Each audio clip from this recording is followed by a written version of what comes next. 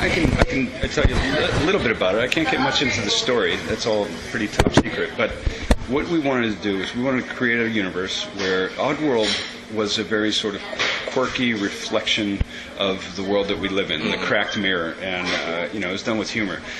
Citizen Siege is much more intense, it's much darker, and it's more relevant to our moments in time today. It takes place in the near future, and it revolves around an expatriate who comes home to the States after fighting in the Middle East to find that everything he was fighting for seems to have faded from the landscape around him.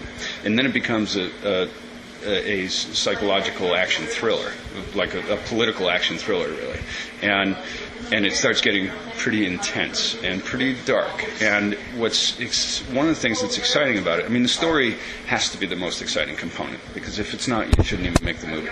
But one of the things that's exciting about it is that we're going to do it all in computer animation.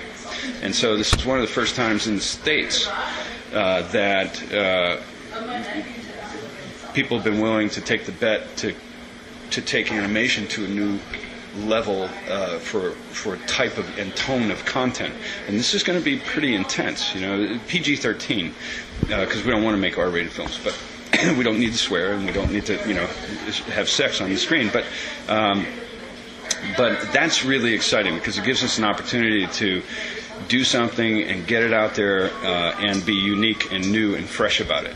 What's also exciting is that we designed the game at the same time that we were putting together the story of the film. And therefore, what's going to happen is we have two really original, uniquely designed experiences, the game and the movie, that are targeted to release at the same time.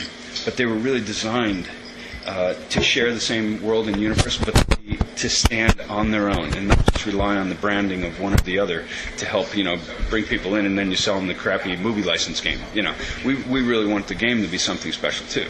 So the combination of that, and what's also another component is that because it's all in 3D, this is our chance to also prove on a technology and database front that the digital studio of the future and digital backlot of the future has arrived.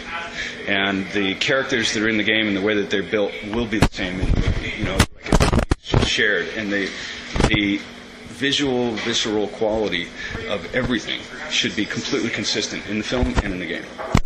That's kind of exciting. Then the birth of a new model that we've been passionate about for a long time, but only until recently have had the opportunity to start executing on.